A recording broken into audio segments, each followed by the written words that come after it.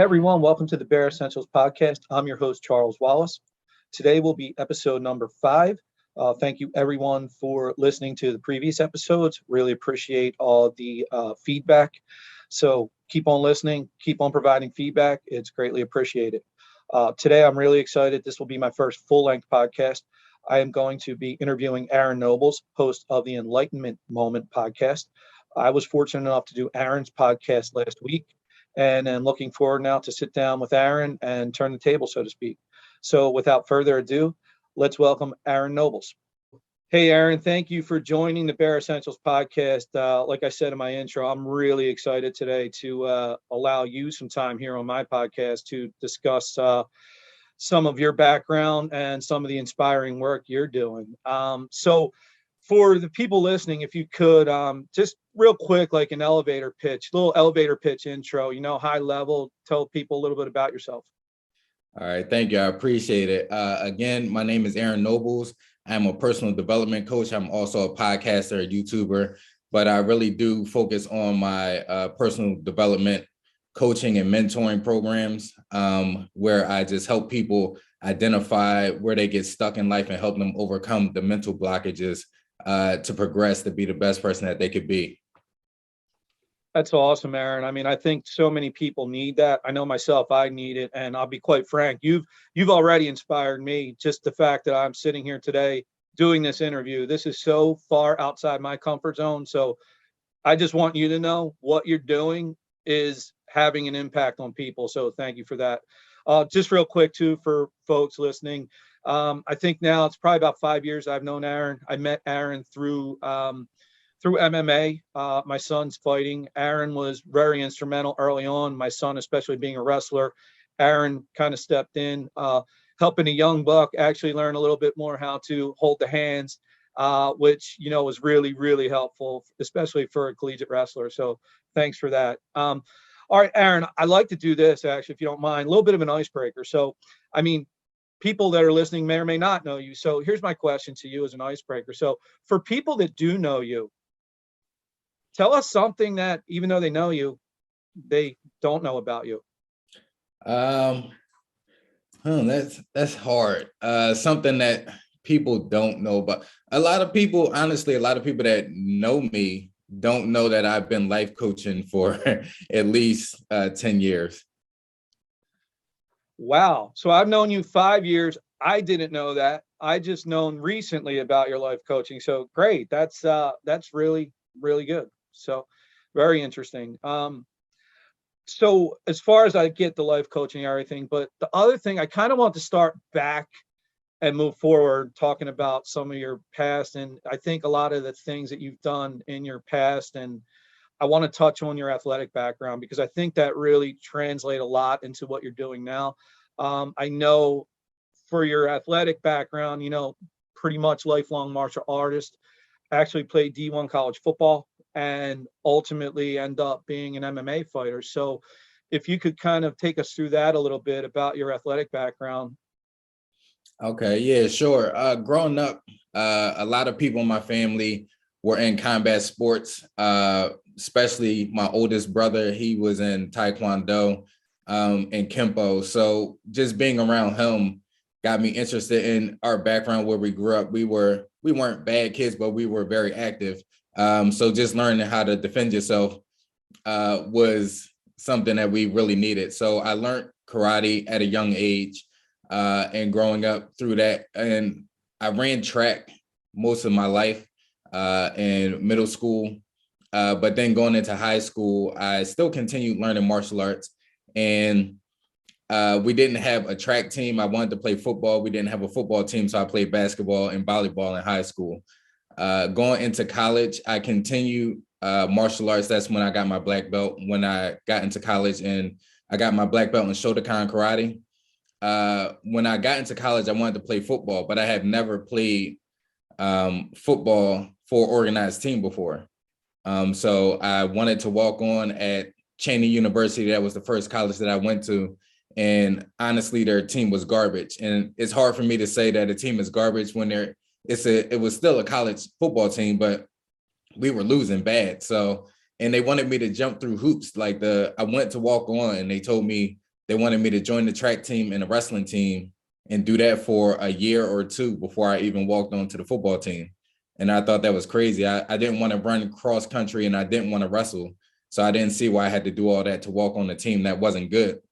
So I ended up transferring to Temple University, where they gave me the opportunity to walk on and try out. And I ended up making the team spring ball. And I was on the team. You know, I didn't get much playing time, but the point was that I was on the team. I made the team. The coaches felt like that I had the ability to at least be on a roster. But, you know, in college, they're fighting for their jobs. So they keep their jobs depending on how the players play. So, you know, they bring in the guys that they feel like are going to get them the best opportunity to win and get a bowl game and all that. Going through college, I felt like I wasn't getting the opportunity that I wanted. So I ended up playing semi-pro football. I did 2 years of semi-pro football, and that's where I blew my leg out. And I tore a muscle in my quad, and I didn't have health insurance. So I couldn't go get it checked out and fixed. So I stopped playing football for a couple of years, but I had the itch to be competitive. I was a very competitive person. So at that time, MMA was up and coming. It was back in like 2008, 2009, around that time. And I ended up joining a gym in Northeast Philadelphia to start my MMA career. And honestly, it was one of the hardest things that I ever did, being out of shape and trying to get back in shape to compete. And they kind of wanted me to jump through hoops. They wanted to make sure that I was good on the ground. So I had to take jujitsu tournaments. They wanted to make sure my hands was good. So I had to take boxing. I had to take amateur boxing fights. And I did that, and they saw that I was good enough to jump in the cage. And that's when my MMA career started. So, in listening to that story, I think it even leads into a lot of stuff I wanted to get into. But even going back into college, right? It just seems like there's always been some adversity for you, and I think even that's inspiring, right? That, you know, here we are, here you are, and I mean, I know you for a while now, but just hearing that and hearing some of the things you've had to go through to even get where you are and to do the things you did. Um, so this is the one thing I did want to ask, and this is I've been dying to ask this question actually. For an MMA fight, I take us through what it takes, not just physically, right, but mentally. What's it take to prepare, especially like, you know, obviously MMA fighters starting out amateur, right? It's not there's really no money there yet, right? What's it take to prepare mentally and physically for something where you're not even getting paid, you're doing it almost out of love for the competition, and knowing that you are husband, father with all these other responsibilities? So what is that like, and what drives you to be able to do something like that? Right. So that's an amazing question. I learned later on in my career that it was more mental than physical, at least for me. Because I had moments where I trained my body and I felt like that I was at my peak physical condition, and I got in the cage and or in the ring, and I just had a brain fog, and I couldn't remember to throw punches. I couldn't remember to stop a takedown. And honestly, it's the repetitive thoughts in your mind, like, why am I doing this? I shouldn't even be in here. But you know, your body feels good and your body looks good. But the mental aspect of things, I started getting deeper into my meditation practices and clearing my mind and understanding that you have to, it's strategic when you go in there, not only to learn your partner, the person that you're fighting against, but to learn yourself, to know what you're capable of doing and know that you're actually capable of doing it.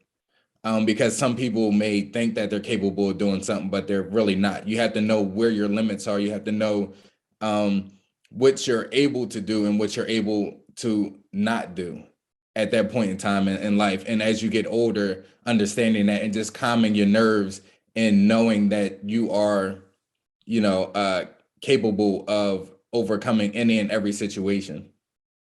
So it almost sounds like, and you touched on it a little bit there, and I think that's something, right? Because I think when people see athletes in general, fighter, right, they look at these people and they almost have a tendency to put them up as almost superhuman. But the way you just walked us through that, it really does show that athletes, all of us, we're all human. And listening to you talk about just having to overcome that self-doubt and putting that out there, it just, to me, it's amazing to hear that and knowing that you also, it's not just that physical battle, right? It's overcoming the self-doubt. Now, also, I would imagine, and it doesn't sound like it, but is there, and I don't want to say it this way, but fear, right? And when I say fear, I don't mean fear of the opponent, right? Is there, with that self-doubt, does there come fear of failure or feel fear of embarrassment? Is that also part of it that you have to overcome? So I'll say for me, a lot of people always ask me that, it's a fight coming up or, event coming up and it's like, are you scared? Are you fearful? I never had fear. And I don't say that to be arrogant or cocky. Like I always had anxiety. I will always say I'm anxious because anxiety is forward thinking. You're thinking of everything that could possibly happen. And that's something that I did. I always thought of every single way that I could win and every single way that I could lose. And it's not, for me, it's not embarrassing to get knocked out. It's not embarrassing to get tapped out. I honestly just don't want to get knocked out or get tapped out because a lot of people watching can critique me as much as they want, but they're not the ones in there fighting. So I never had fear. It was always anxiety. And I had to understand that and start to control my anxiety to calm my body down, calm my nerves down, and eliminate that adrenaline dump that you get, like probably in the first round, or maybe that you even get walking out to the cage. Yeah, that's like I said, I can only I've never done it. I've competed in athletics, but never to that level, like yourself. So obviously your MMA career is moving along. You're overcoming these self-doubts, and I'm sure it's an up and down process, right? Like you have wins, you have losses, right? But eventually, right, we get to the point where, and I wish I would have been there. I wasn't there, but I was following along through social media and Facebook. But I was so happy for you. You get to the point, all that work, all that effort, it's a culmination. And now here you are, you're fighting for the Art of War Championship. And ultimately, you win the Art of War Championship. Now you're the Art of War champion. At that time, at that moment, Aaron, when you win that fight and you're getting that belt, I mean, what is going through your head at that point? I was extremely happy because when I set goals, I don't set goals to fail. I set goals to achieve the goal that I want. And since I started in MMA and boxing, I was like, I'm going to win a title. I'm going to win a title, and then I'm going to turn pro. And through the ups and downs of the way my career was going, it always felt like that I probably wouldn't reach that goal early on in my career before I even had the opportunity of meeting you and your son. I had my first Muay Thai fight, and it was in Delaware. And I don't even know what happened. I think we got into an exchange, or he was like clinching me, and I pinched the nerve in my neck, and it's never been the same. But in that fight, I fought through two other rounds, and my right arm was dead. I couldn't even move it. I couldn't hold it up to defend myself. But my trainer ended up calling a fight.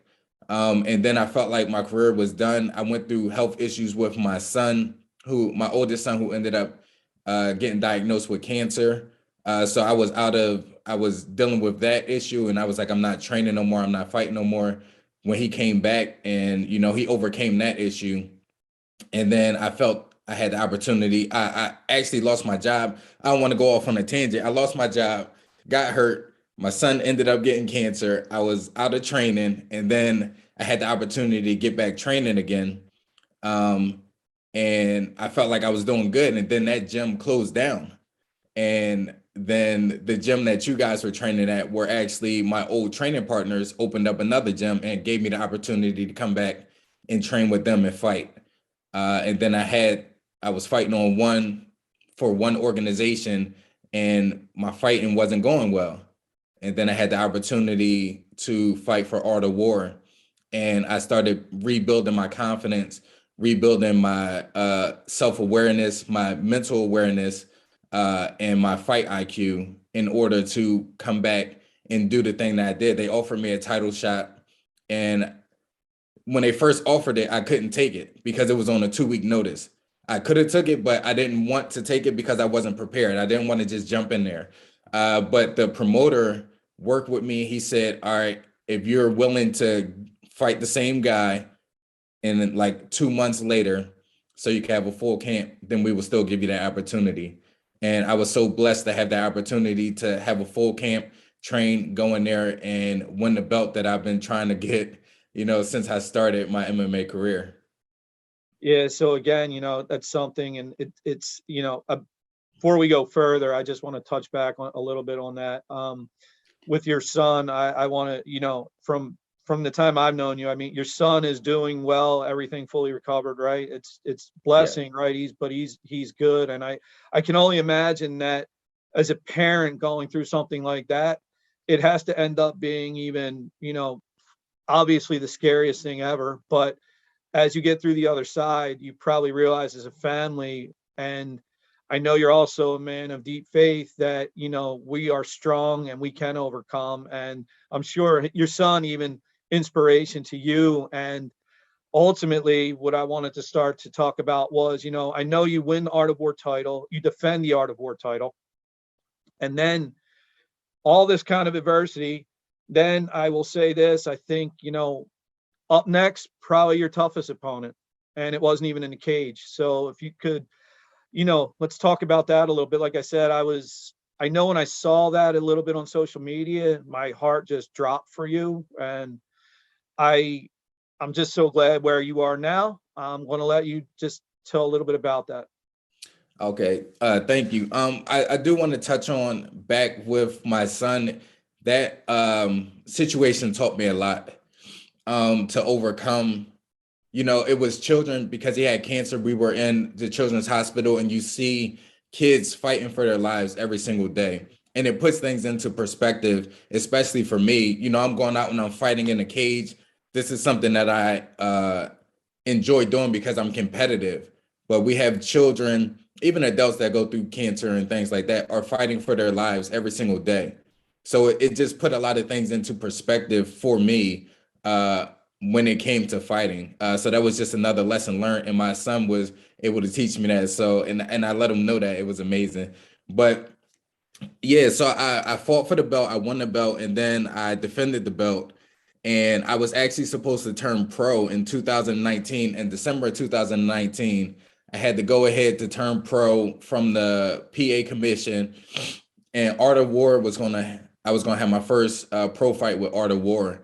And I was going through training camp, and I fought in September when I defended the belt. I was going to turn pro in December. So I was already conditioned, but going through training camp, honestly, I was getting lit up, and it was like my conditioning sucked. I was tired all the time. I didn't have any strength, and it was hard, and I didn't know if it was because I was working 2 jobs and doing 2 trainings a day, if I was just burning myself out.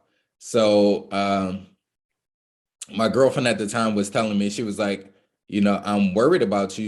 You should go to the hospital and get it checked out. But you know how men are stubborn. It's like, oh no, I'm gonna just take some Tylenol and Right. I'll be good. Mm-hmm. So I was doing that for a while, and I just wasn't feeling good at all. And I was having heart palpitations. I was getting weakness in my legs. My youngest son at the time was like 2, and it was hard for me to pick him up out of his car seat and hold him. And I was like, this is strange because I'm in shape right now. So I ended up, before I had to work, I was doing the overnight shift. So before I went to work, I went to the, what are those called? Not the Urgent, ER, the urgent care. urgent care. I went to urgent care. Thank you. And the doctor there was like, the way it's looking, you might have blood clots in your lungs, and there's no way we can look that up right now with the equipment that we have. So you have to go to the ER. But if you don't go to the ER, it's nothing I can do, if something serious happens. So she had me sign a waiver, and I was like, well, the fact that she had me sign in a waiver it must be Scary. serious. So I went to the ER that night, and come to find out I had large blood clots in both of my lungs and in my left leg. And the doctor there, the ER doctor, the nurses, everybody was like, we don't understand how you made it over here with the amount of blood clots that you have in your legs and in your lungs. So they was like, basically, I had to get on an aggressive blood thinner to thin those out. And I'm on blood thinners indefinitely, because they don't know, even running all the tests, I'm healthy. I don't have any markers as to why I got blood clots. But they said I'm on blood thinners, so they advised me not to fight anymore. And in the hospital, the doctor walked up to me. He was like, you're not going to want to hear this news, but you can't fight anymore. And he was like, how do you feel about that? And I was like, am I going to live to walk out of the hospital? And he was Right. like, yeah, like, we can treat it aggressively, and we're going to be able to get you up and out of here in a couple of days. And I was like, that's fine. As long as I'm still living, I don't have to fight. Fighting was something I was passionate about, but it wasn't my life. Well, and Aaron, I mean, I knew a little bit about this story, but just hearing that now, it's like I have chills actually. That just, I mean, that's just scary, scary stuff. And well, I'm extremely glad, obviously, that everything is good now. I am disappointed for you because I do feel that you were really hitting your stride and coming in your own in those fights. But at the end of the day, you know what? As disappointed I may be for you that you're not fighting anymore, I kind of look at it now though, and I'm like, you know what? I feel like this was your this was the plan, right? This is the plan for you that somebody that God had in store, right? And now you're you're inspiring other people. And I think this podcast is going to really inspire a lot of people. So I mean, it's just amazing. I guess when you do get that news though, I know like at first it's like, let's walk out of the hospital. I just want to live, right? Did you experience, I mean, even a few weeks later, right, as you kind of start that it's under control, right? Did you ever have any kind of depression or just sadness about it? Or were you kind of just like, you know what, I'm alive and I'm gonna, full bore into the next phase of my life here? Honestly, a lot of people get mad at me because I'm so optimistic. More people was sad and mad for me, and I'm like, I'm alive. So, it's nothing to be sad about. Um, I did have a goal to turn pro. I could have just signed all the paperwork, and then I would have had my pro license. I wouldn't have had a pro fight, but I would have had the license. Um, and so, no, I didn't go through any depression. I just figured out what I had to do the next step in my life.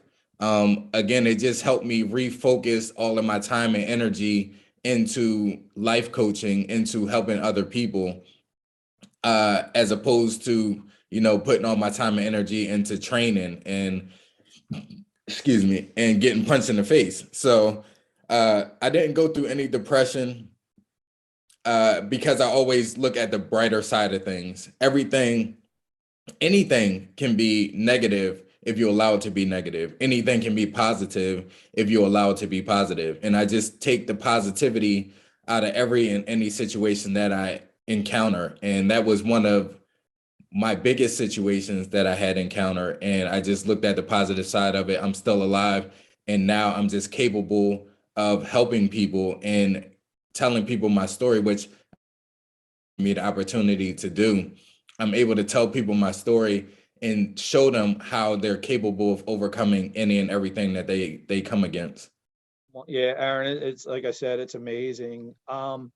So I know, so you have this, you can't fight anymore, right? But now here we are, now the whole life coaching podcasting, right?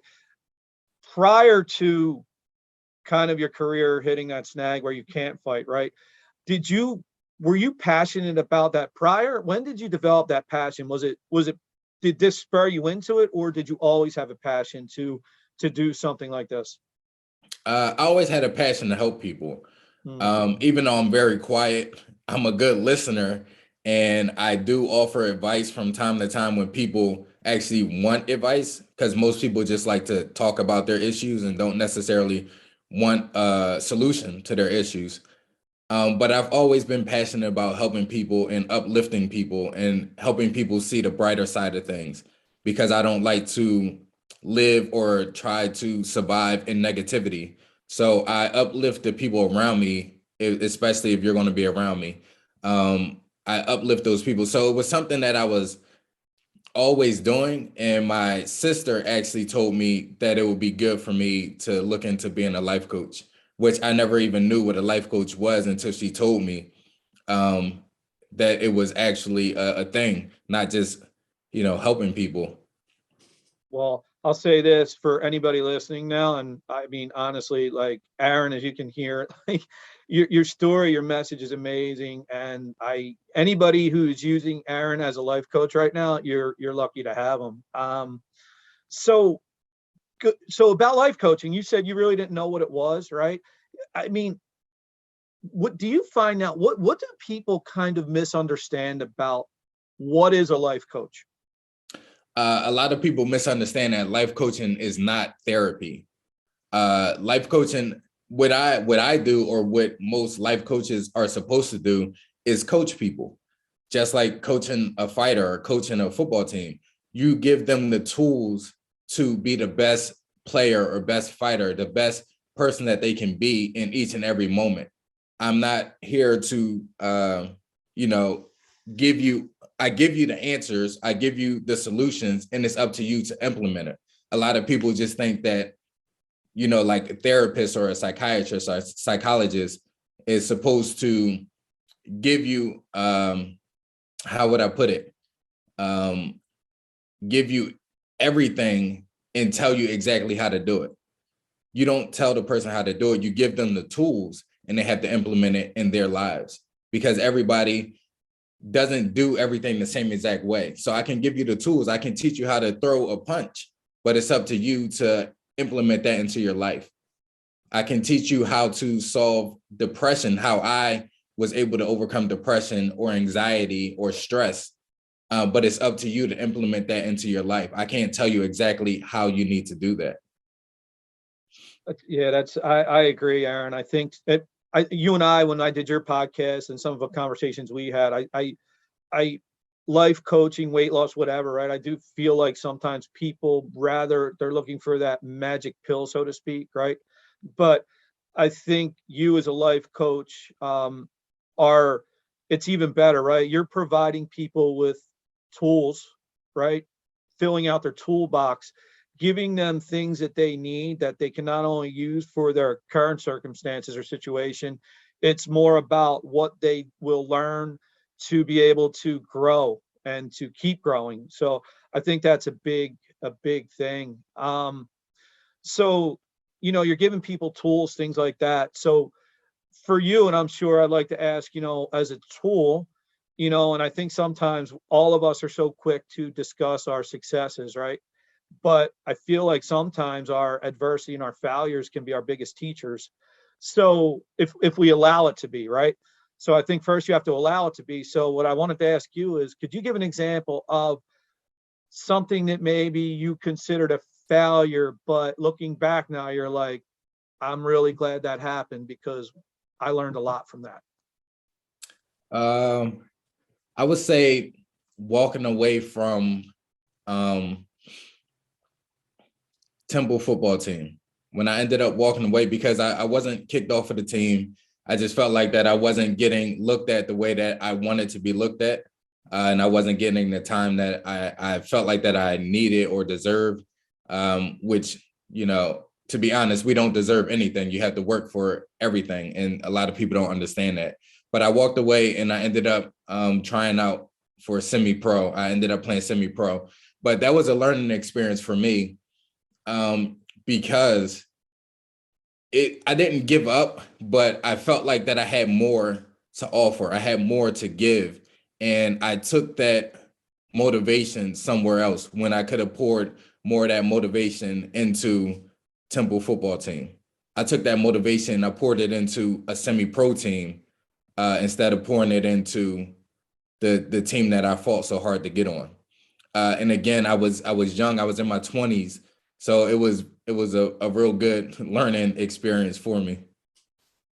Yeah, I can imagine too, and I had some opportunities even myself looking back, even athletically, where I may have been able to go a little further. Looking back, I made choices, and I wonder sometimes, but ultimately I think it teaches you, it does if you allow it, your mistakes, your failures, your adversity, right? It can be some of our best teachers. So, um, here's what I couldn't wait to ask you this. Aaron, the life coach, Aaron, the 16 to 20-year-old walks into Aaron, the life coach now, reaches out.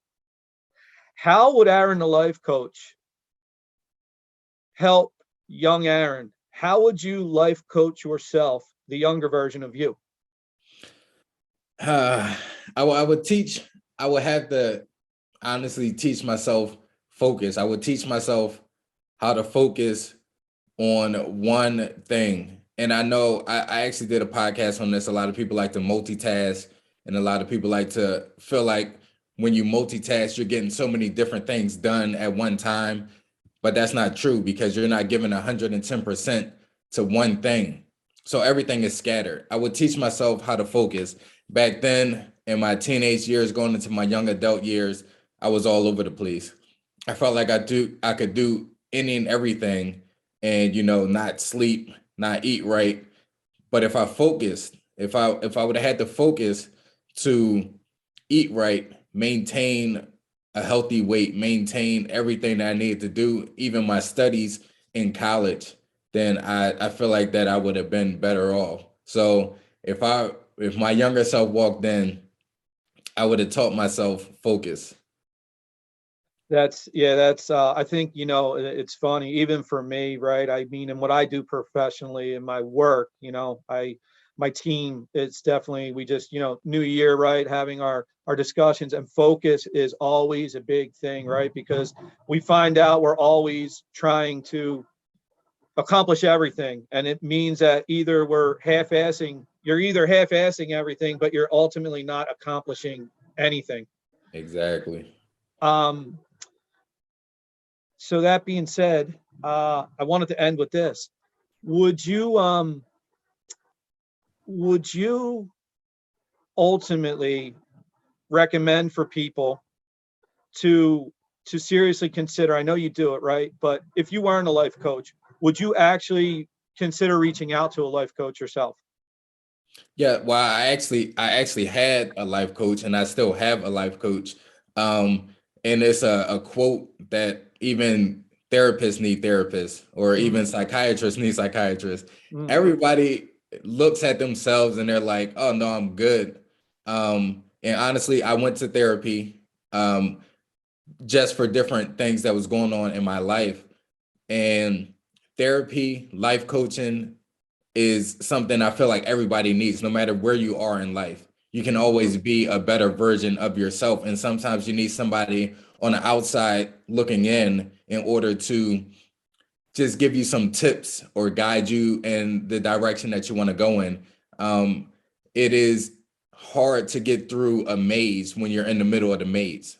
Mm. When you have somebody over top of you guiding you through that maze, it is a lot easier. So I will recommend that everybody get a life coach, even if it's for 2 months or 6 months.